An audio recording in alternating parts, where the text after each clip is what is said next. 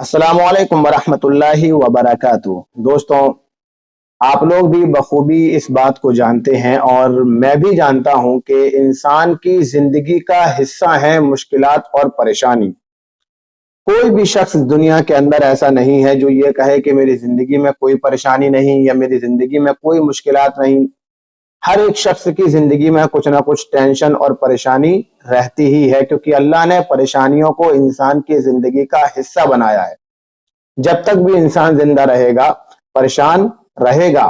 कुछ किसी के पास हल्की परेशानी होगी, किसी के पास ज्यादा परेशानी होगी, लेकिन अल्लाह ताला ने कुछ उसूल बनाए हैं, कुछ नसीहतें उम्मत मोहम्मदिया को दी हैं कि अगर उन नसीहतों पर, उन उसूलों पर अमल कर लिया जाए तो इंशाअल्लाह उन परेशानियों और मुश्किलात के अंदर कुछ तरमीम हो जाएगी, कुछ हल्कापन पैदा हो जाएगा। तो आज की वीडियो में मैं उन्हीं नसीहतों को बयान करूंगा। तकरीबन 9 नसीहतें किताबों के अंदर मिलती हैं जो अहम है।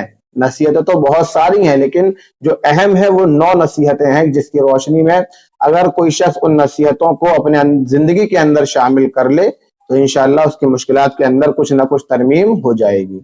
वो 9 उसूल और 9 नसीहतें कौन सी हैं वो मैं बयान कर देता हूं, लेकिन दरखास्त ये है कि वीडियो को आखिर तक देखें, तभी वो तमाम की तमाम नसीहतें समझ में आएंगी। पहली जो नसीहत है वो है इबादत की। यानी हर एक शख्स, यानी हर एक मुसलमान को चाहिए कि वो अपनी जिंदगी के अंदर 5 वक्ता नमाज की आदत डाले, इबादत की आदत डाले। और इसका जो बेनिफिट है वो है खुशी। यानी जब कोई शख्स 5 वक्ता नमाज का आदी हो जाता है तो अल्लाह ताला उसकी जिंदगी के अंदर खुशियां पैदा कर देता है। और 5 वक्ता नमाजी होने के बाद भी अगर कुछ मुश्किलात उसकी जिंदगी में आती हैं इम्तिहान के तौर पर, तो वो उसको जाहिर नहीं होने देता। 5 वक्ता नमाज का आदी बनाकर अल्लाह ताला उसके अंदर सब्र का मादा बढ़ा देता है। यानी परेशान होने की शक्ल में भी वो आपको खुश नजर आएगा। तो ये पहला नुस्खा और पहली नसीहत है कि आप अपनी जिंदगी के अंदर 5 वक्ता नमाज की आदत डालें। दूसरी नसीहत तहज्जुद की नमाज। ये एक ऐसी नमाज है जो अंबिया पर फर्ज की गई, अल्लाह के रसूल सल्लल्लाहु अलैहि वसल्लम पर भी फर्ज थी, लेकिन प्यारे आका सल्लल्लाहु अलैहि वसल्लम ने इस उम्मत के ऊपर, अपनी उम्मत के ऊपर इस नमाज को फर्ज नहीं किया बल्कि मुस्तहब रखा और हुक्म दिया कि इस नमाज को अदा करो, इसका सवाब बहुत ज्यादा है। सवाब तो ज्यादा है ही, और इसका सबसे बड़ा बेनिफिट ये है कि जो लोग तहज्जुद की नमाज अदा करते हैं उनके चेहरे पर आप देखेंगे एक नूर होता है और एक रौनक होती है और एक खुशी होती है। ऐसी खुशी और ऐसी रौनक कि आप किसी और के चेहरे पर वो खुशी, वो रौनक और वो नूर नहीं देखेंगे। तहज्जुद पढ़ने वालों के साथ अल्लाह ताला ऐसा ही मामला करता है। ये दूसरी नसीहत है। तीसरी नसीहत कुरान करीम की तिलावत करना। आज हमारा और आपका मामला ये है कुरान के ताल्लुक से कि हर घर के अंदर आपको कुरान करीम रखा हुआ मिल जाएगा, ताकों में रखा हुआ, अलमारियों के अंदर रखा हुआ, लेकिन बहुत सारे घर ऐसे हैं जहां पूरी पूरी साल कुरान नहीं खोला जाता। मुसलमान हैं, कुरान करीम घर के अंदर मौजूद है, लेकिन 24 घंटे में इतना वक्त नहीं निकाल पाते कि हम कुरान करीम की तिलावत कर सकें। कुरान करीम की तिलावत का फायदा क्या है वो फायदा मैं आपको बता दूं। कुरान करीम की तिलावत का जो सबसे बड़ा फायदा है वो है दिल का सुकून। अला बिज़िक्रिल्लाहि तत्मइन्नुल कुलूब। अगर तुम दिलों का सुकून और इत्मीनान चाहते हो तो अल्लाह कहता है कि अल्लाह का जिक्र करो, कुरान करीम की तिलावत करो, अल्लाह के कलाम का विर्द कर। तो जब कुरान करीम की तिलावत की आदत पड़ेगी तो ऑटोमेटिक दिल के अंदर सुकून और इत्मीनान पैदा हो जाएगा। ये तीसरी नसीहत है। चौथी नसीहत है रोजा। रोजा मतलब रमजान के रोजे जो आते हैं, क्योंकि फर्ज हैं, वो तो रखना ही है, वो तो माफ नहीं है।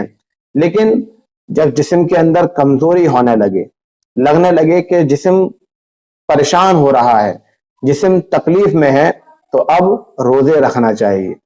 रोजा रखने का बेनिफिट और फायदा यह है कि रोजा रखने वाले शख्स की सेहत अंदरूनी तौर पर हमेशा ताकतवर रहती है, उसके अंदर कमजोरी पैदा नहीं होती। बज़ाहिर उसका वजन घट जाएगा, लेकिन अल्लाह ताला उसके अंदर इस्तिताअत, ताकत और एक कुव्वत पैदा करता है गैब से, कि उसके अंदर एक हिम्मत पैदा हो जाती है।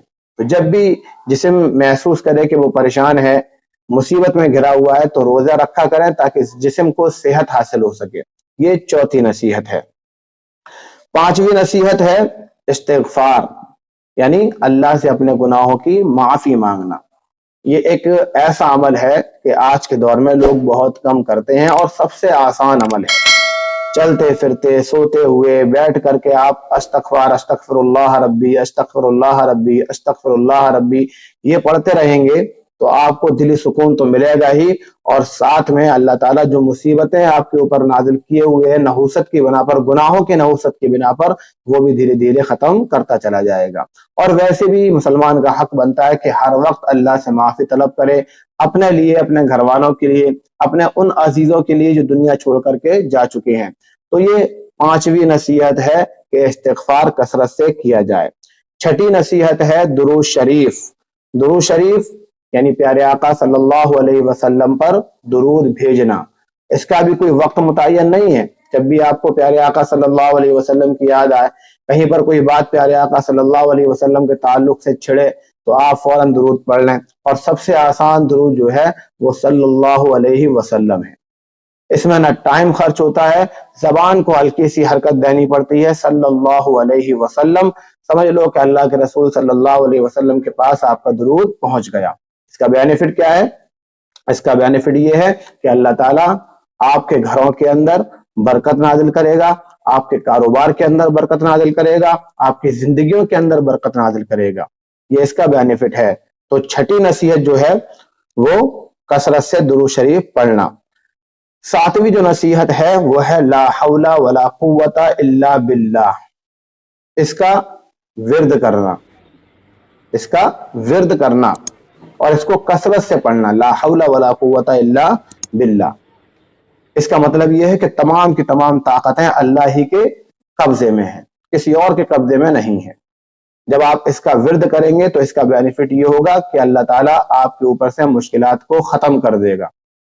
कि जाहिर सी बात है कि अल्लाह ताला मुश्किलात जब पैदा करता है तो बंदा सबसे पहले अल्लाह की नाशुक्री करता है, लेकिन जब बंदे के ऊपर मुश्किलात आती हैं और अल्लाह और मुश्किलात का वो सामना करता है और कहता है ला हौला वला कुव्वता इल्ला बिल्लाह, कि अल्लाह ताला तमाम की तमाम ताकतें आप ही के कब्जे में है, आप ही तमाम की तमाम चीजों के मालिक हैं, तो अल्लाह ताला उसके ऊपर से मुश्किलात को कम कर देता है और सब्र की ताकत पैदा कर देता है।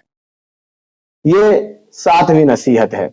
अब आठवीं नसीहत जो है वो है दुआ मांगना। दुआ हम लोग नहीं मांगते हैं। दुआओं का बड़ा बारीक मसला है और बड़ा उलझा हुआ मसला है। हम लोगों से दुआएं कराते हैं, उलमा के पास जाते हैं, मुफ्तियान इकराम के पास जाते हैं, कहते हैं कि हजरत हमारे लिए दुआ कर दीजिए। मैं समझ नहीं पाता कि लोग ऐसा क्यों करते हैं।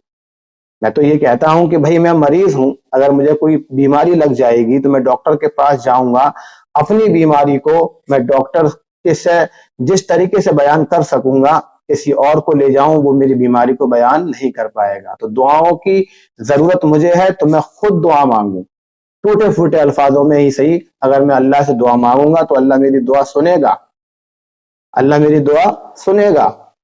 और जब अल्लाह दुआ सुनेगा तो अल्लाह ताला मुश्किलात से निजात देगा, दुआओं को कबूल करेगा और हमारे घरों के अंदर बरकत और रहमत नाजिल फरमाएगा। ये दुआ मांगने का बेनिफिट होता है। और अल्लाह ने इंसानों को सिर्फ इसी मकसद के लिए कि इंसान मेरे सामने दुआएं मांगे, रोएं, गिड़गड़ाएं, दुनिया के अंदर भेजा है। तो ये आठवीं नसीहत है। और 10वीं नसीहत जो अहम नसीहत है वो ये है कि हर अच्छी चीज को लोगों तक पहुंचाना, तबलीग करना, लोगों तक दीन को पहुंचाना। बल्लिगू अन्नी वलौ आयतन। अल्लाह के रसूल सल्लल्लाहु अलैहि वसल्लम की एक प्यारी सी हदीस है कि अगर तुम्हें एक आयत ही क्यों ना मालूम हो, उसको दूसरों तक पहुंचाओ ताकि दूसरों को इसका फायदा हासिल हो। जब दूसरों तक आप पहुंचाएंगे तो इसका बेनिफिट ये होगा कि वो चीज आपकी जिंदगी के अंदर रासिख हो जाएगी, जम जाएगी, आप उसके ऊपर अमल पैरा हो जाएंगे। और जो मैंने 9 नसीहतें आपको बयान की हैं, ये भी जाहिर सी बात है नेकी है, तबलीग है। मैंने आप तक पहुंचाया, आपका हक बनता है कि आप इसको दूसरों तक पहुंचाएं। जब आप दूसरों तक पहुंचाएंगे तो आपको सवाब भी मिलेगा और खुद आपका दिल कहेगा कि हाँ मैं अभी नसीहतों के ऊपर अमल करूं। तो ये कुल 9 नसीहतें थी जो इंसान की जिंदगी को कामयाब बना सकती हैं, इंसान की जिंदगी से परेशानियां, मुश्किलात, मुसीबतों को दूर कर सकती हैं। मैंने आपसे शेयर किया है, आप दूसरों को साथ शेयर करें। इंशाअल्लाह अल्लाह ताला हमारे और आपकी मुश्किलात को दूर फरमाएगा। अस्सलामु अलैकुम व रहमतुल्लाहि व बरकातहू।